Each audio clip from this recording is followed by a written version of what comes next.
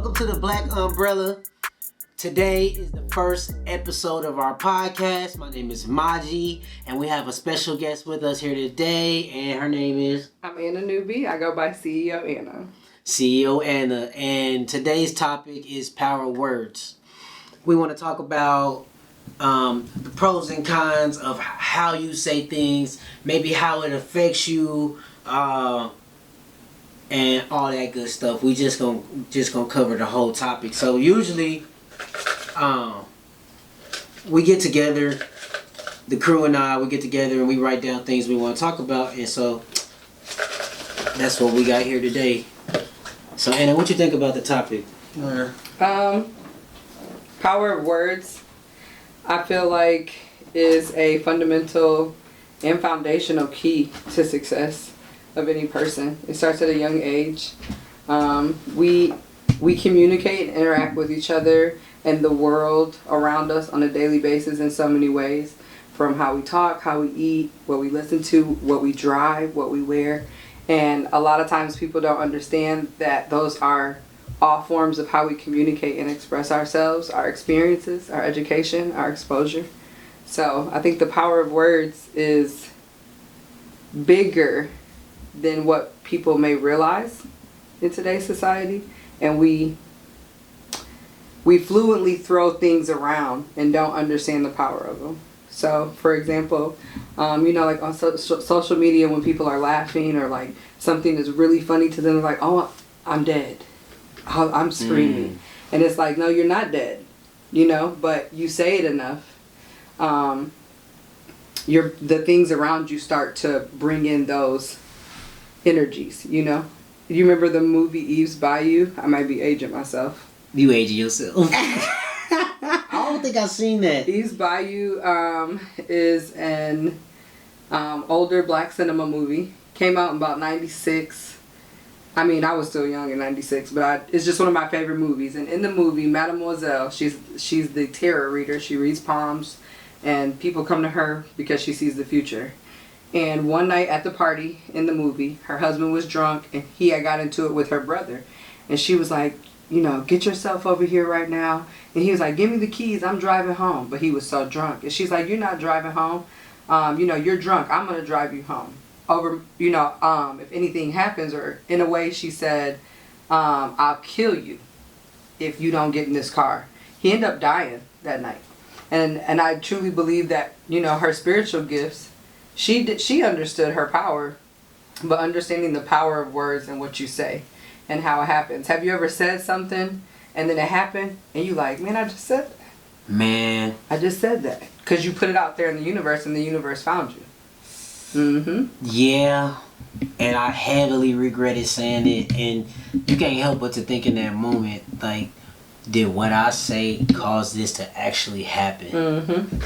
But hey, you remember that what do you call it?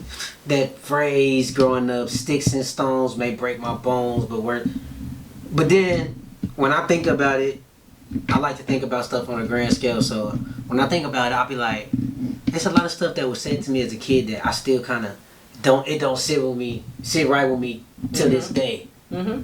And then there's things that I heard as a kid that might have motivated me or made me feel good to this day. Mm-hmm. So yeah, you're right about that. I It's think true. it do start in childhood, and I think people think like your parents is just them doing stuff for you shows love, but no, I feel like a big part of showing love is how you communicate with those. And it starts at the on a deeper level. It starts at the time of conception. A lot of people are just out here sleeping with each other because they're drunk, or they like you, or it's the thing to do. But on a grander level, when you see women who are with child and they're so excited and ready, they're not. All women are nervous when we first find out we're pregnant. We're like, oh my God, the whole world's gonna stop. We gotta be responsible for this baby. But women talk to they talk to their babies. They talk to their stomach. All that matters. I had my first child very young, but I had my second child in my 30s. So I was more groomed in life. Mm-hmm. I was more knowledgeable. I was more wise. Mm-hmm. I spent the same amount of time talking to both my children inside my womb, you know, and it created an effect of when they were born. Me talking to them was so normal. My youngest son, I actually have a video of him. He's 3 weeks old. And I said, Kobe, tell the world hi. And he looks up at me and I said, just say hi. And he literally waves his hand hi at the whole camera. I did it live on my platform. And it's like, the more you put into a child, the more you'll see. You know, I have spent Kobe's now 6. He started walking when he was like 10 months. He started really, really talking to me, like full conversations, would really hold the conversation with me about 1.5 years old. And the moment that he could say his name, we started positive affirmations. And we do it every morning. Every morning I make him look in the mirror and say, I'm strong, I'm wise, I'm important, I'm valuable, I'm smart, I'm loved, my life has purpose. And, you know, we go through all these affirmations to build him up for the day and get him ready for the day. And the last thing that I say to him every morning is, you know, Jacoby, who's more powerful than you? And he looks at me and he says, nobody.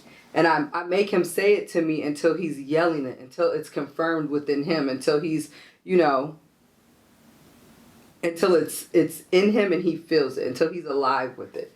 And so when you build that type of self-awareness at a young age, sticks and stones might break your bones, but names will never hurt you. And that's why I believe it starts at conception. It starts from the moment. You know, a lot of people prepare for a baby. A lot of people just find out that they're pregnant. It's a difference. A prepared child is loved differently than a child that was unexpected.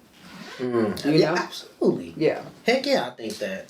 You know, the people who say, oh, we're trying to have a baby. Them type of people. Yeah. That kid grows up, and a lot of the times, you know, They're poured into in a different source. Yeah. Mm-hmm. You grow up just better. We're talking about power of words. Yeah. And I know everybody can attest to this. We see our culture out in public with a child who's misbehaving. What's the first thing that they tell that child? Sit down, be quiet, stop it before I pop you. But you see other cultures and they say, well, what's wrong? Come sit down and talk to me. And you know, Tell black me your people, we emotions. judge that. We We make do fun of because that. we've never, a lot of us don't come from an experience and an exposure of being heard. It bothers me so much when I hear older people say, oh, well, when I was growing up, kids were seen and never heard. And I said, That's right. crazy to me. And y'all raised a whole generation of people who feel like they have never been heard. My grandma used to say, what you got to be mad about and upset about or depressed about? You a kid. Kids can't be depressed. Exactly. And I'm like, what? And I live in the same world as you though. Yeah. But you feel like because I am a dependent, that my dependency of you is not sufficient enough to have emotions. And that is a taught That's deep. thought process. You know what I'm saying? Yeah, it is. And I have prided myself on being a parent that sees with my eyes and actually hears. Like my boys, I can tell. I can look them dead in their face. I'm like, what's wrong? Oh, I'm chilling. Who you lying to? Mm-hmm. Because I knew you before you knew yourself, but I've grown to know you as you've grown. I don't just know you as my little baby. I know you as the 18-year-old man you are now. I know you as the 6-year-old kid you are now. Mm-hmm. You know, when you couldn't talk to me, I had to look at facial cues. I had to look at body language because you couldn't even speak. So you can't look at me now and tell me nothing's wrong with you because I paid attention to you. I actually love you. I actually care. And even if you say nothing, silence speaks a lot too. Body language speaks a lot too. You can feel people's energy shift. Yeah, they say, well, 80% of communication is body language. Yep, it is. Mm-hmm. Yeah. That's true. I mean, because, you know, they say as black people, we got a code, right? Yeah.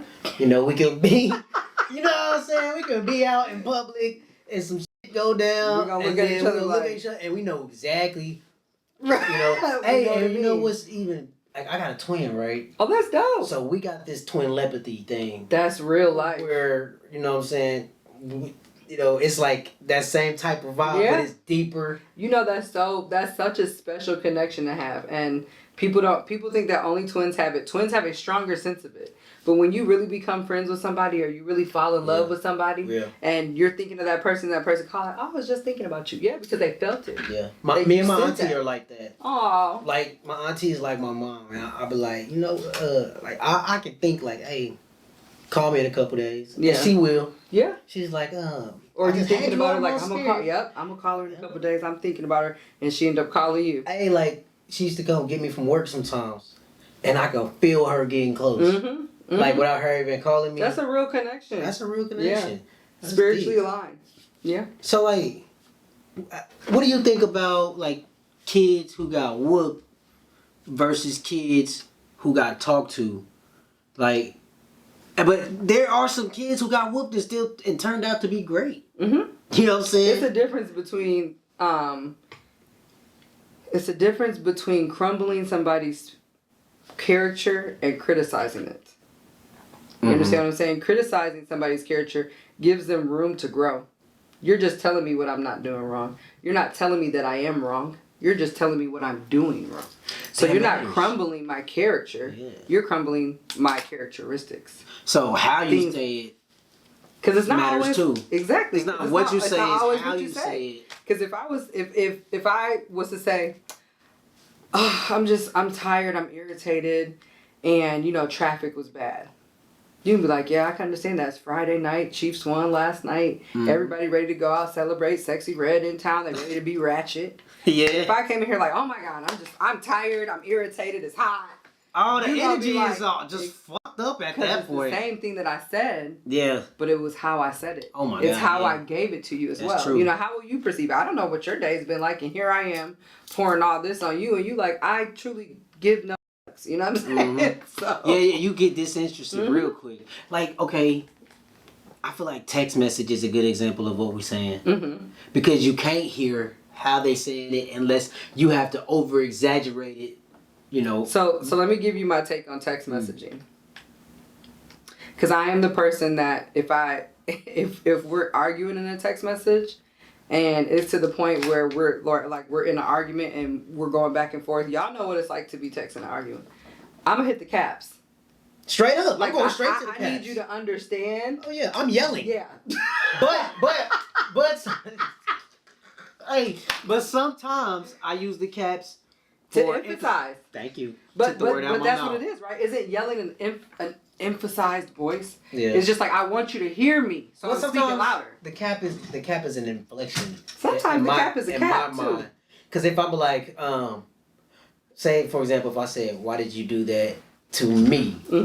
and I just put lowercase me question mark, or you put, "Why did you do that to capital me?" Yeah. And it's more like vocally, I hear it in my head as, why did you do that to me? Yeah, exactly. But I'm not yelling. But I'm inflecting. This is the other thing. This is how I feel about text messaging too, right? A lot of people don't realize that unless you know the temperature of the conversation and text that you're in, that when somebody's like, oh, I don't like texting because I feel like you're yelling at me. How do you feel like I'm yelling at you? I'm not talking to you. Those are your feelings. You can't project that on me, and we're literally writing. That's like writing a note. Yeah, you know what I'm saying? That happens to me. Like, what you want me to write darker to prove that I'm mad at you? That's what I'm saying. Like, if somebody's like, oh, well, I don't like text. Right. But they used to say that. There used to be studies where it's like the heaviness of the pen, determines on how a person's attitude is. So that's true. Because I'll rip a paper if I'm mad and I got to write some shit. Or be writing super fast and it be sloppy. Yeah. All that matters. Let's shake this bowl up and get these questions going. Or you want another spin off, or you want to grab something from the bucket. Let's see what we got up here. I pulled already. Here's it's my turn? Yeah, okay. You pull. You our guest. All right. Play ball with us. I hope you don't get nothing too crazy. I hope I do. That's always the best one. 2024 election. Oh my God. My president's black. My Lambo. I don't touch on politics. Here come the controversy. Go ahead. I only don't touch on politics for this reason. Wow. And this reason only. I'm not listening to. I don't really watch the campaigns. I don't really pay attention to a lot of that. I've been in a mind frame for a long time that it's really each man for his own. Like, we have the world, we have the universe, we have God, we have man. Everything man is after, that's going to perish. Ain't none of that going to matter. So as long as I'm taking care of my family, minding my business, staying in alignment. I really can't be consumed too much with what the world is going to do, because the world is going to do it. It's been doing it since the beginning of time. Am I going to go vote? Yes, I am going to go vote. Am I going to encourage the people around me to go vote? Yes, I am, because that's an exercise that we didn't always have. And in order for us to keep it, we have to keep utilizing it. Yeah. The last time we voted, I voted for Kanye. So. For real? I wrote Kanye in. When would we ever be able to? I did it because I had the choice to. Like, you know? Like, if I wanted to write Kanye in, did I believe that Kanye was really going to be a good president? No, but having the option to say, I wrote in Kanye West. We can write ourselves in if we want to. That's true. You know, but people don't think on that grand of a level. We see are the told, options and just pick and start picking. Yeah. If we all write God, we'll be all right.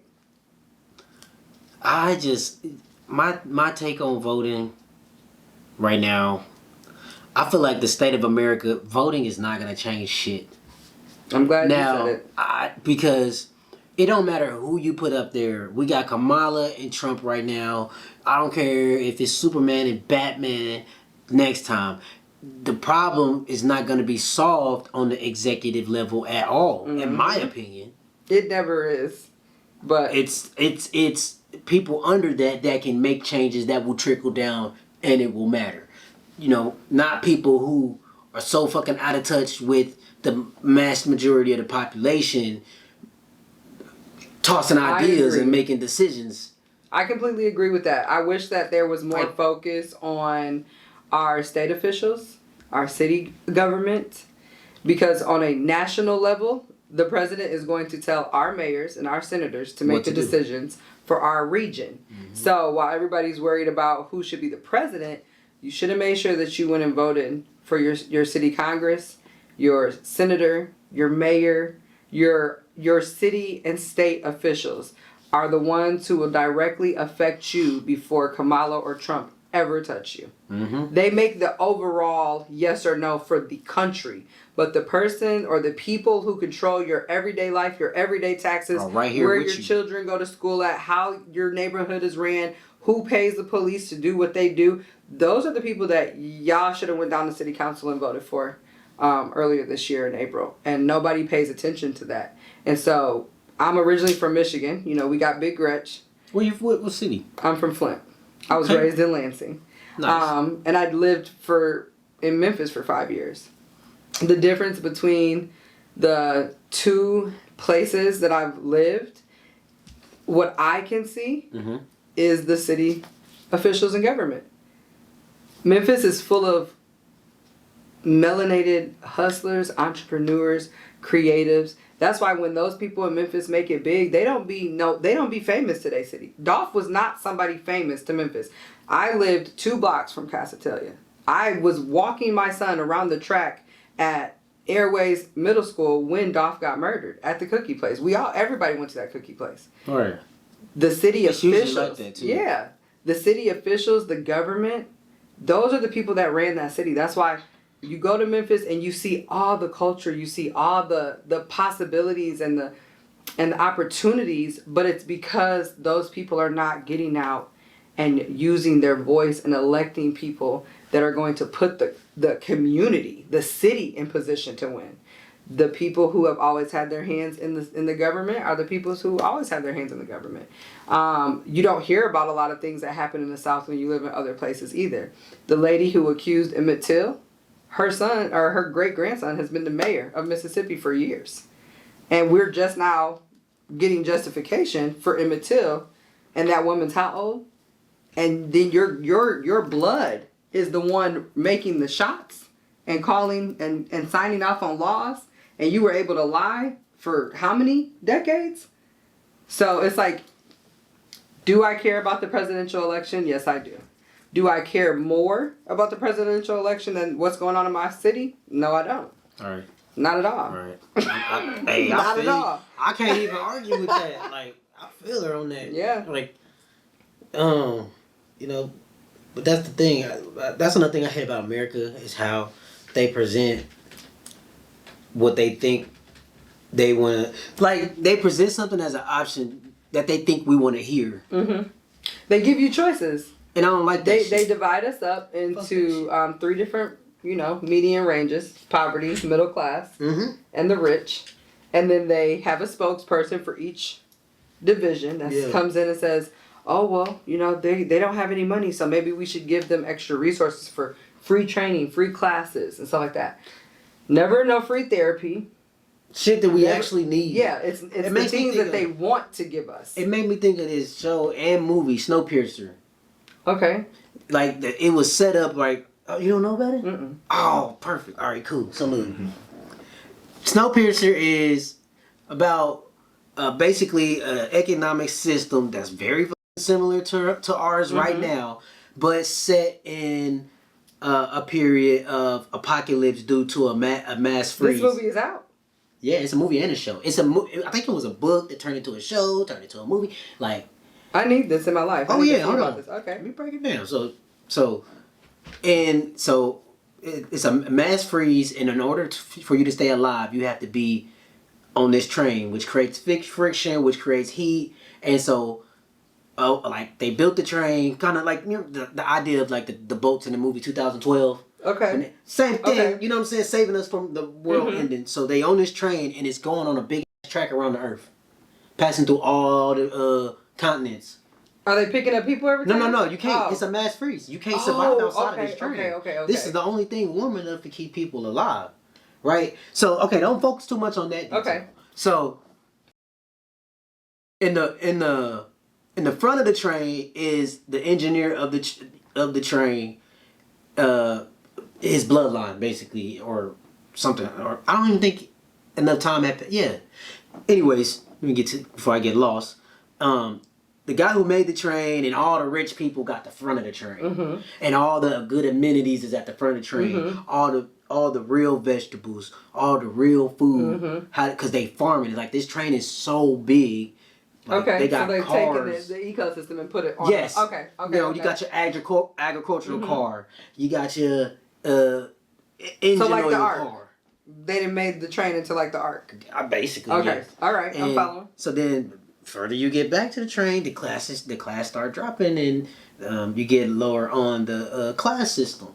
Or it was a caste system, right? But so in the back of the train, they start getting tired of they eating. Scraps. Like almost like a pate, bullshit, suffering from disease, people dying, they got rags on, this and that. And then they're looking at them saying, well, you're not out there dead, so be happy. Basically, and the rich people, the people from the front of the train, like the police, will come to the back of the train, and they only really patrolling the back of the train, making sure, stay in your place, poor person. Yeah. And like, so what happened was the overall gist of the story. The back of the train decides to revolutionize. They ready to revolt and fight, and they don't care who died or nothing. So they trained up and they fought their way to the front of the train. And the rich, the poor ate the rich, basically. And like, I feel like that's the only way you're gonna get change in this fucking country. I feel like. Hey, fuck protesting. When have like for real, without some level of violence on one side of the problem or the other, right? Somebody's gonna get violent for some type of changes to happen. I mean, and I hate to say that. I hate to be. I'm not. We're gonna be completely honest about it. I'm gonna make it clear that I'm not starting no January 6th type of shit because this is gonna be on YouTube. We don't need that. But I'm gonna say this. For the country that we live in and the historical things that she has done in the name of war, there's no way in hell that they don't think that this country is going to reset itself without a war within itself. The Bible, which you can praise who you want to praise. The Bible, when we were growing up in the 90s, was an acronym. It had dots in between the letters. The Bibles don't have that anymore. And that's because the Bible stands for basic instructions before leaving Earth. That's what I heard. So you're a Christian? I'm assuming then. I believe in God. We're referring to the Bible. Are we referring to American Christianity or universal Christianity? Because it's a difference. Well, the Bible is a religious text, period. So It truly is. So but if you're subscribing to religious texts, I would assume that you also would subscribe to that religion because it would make no other logical sense. I'm not a religious person. I believe in God. I believe that each religion takes a piece of the universal law and it abides by the region that it's created for. I can see that. There's some. I can see why you would say that. Okay. But the Bible does tell us that the riches of the wicked is set up for the righteous. So for those people who are, you can be a wealthy person and not have $1 million. A lot of people confuse wealth with money, and wealth is right mind, loving community, sound mind and body, healthy limbs. That's wealth. That's real wealth. Being able to live in 2024 and be in your correct mind. We have all of our celebrities, all of our important people that our youth look up to. They're all dying from drugs. Or get shot. Right. And when we were growing up listening to music, our celebrities were selling the drugs. They weren't doing the drugs. And if they were doing the drugs, that was behind the curtains in the back room where no kids knew about it. Mm-hmm. Our children are being exposed to too much either. Because not too many people was doing it. Yeah. It wasn't the only people that was making it look cool to do drugs was Whitney and Bobby. And that was every cool. year it's like, Yeah. Yeah. But not to get back off subject, I do believe that the election is all tied in with controlling the different regions and the different types of people that American society has created to categorize us in. So that's my take on the 2024 election. Hey, I want y'all let us know what y'all think about the current state of the 2024 election, and tell us what y'all feel about the power of words and what that means to you. This was our first episode, man. Hey, our first episode from Black Umbrella TV. More coming soon. Expect more exciting and new content coming from us. We're gonna have all types of different new content. I want to thank Anna for coming out. Thank you for having me. Yeah. Yeah, straight up. So, hey, and we signing out. Peace.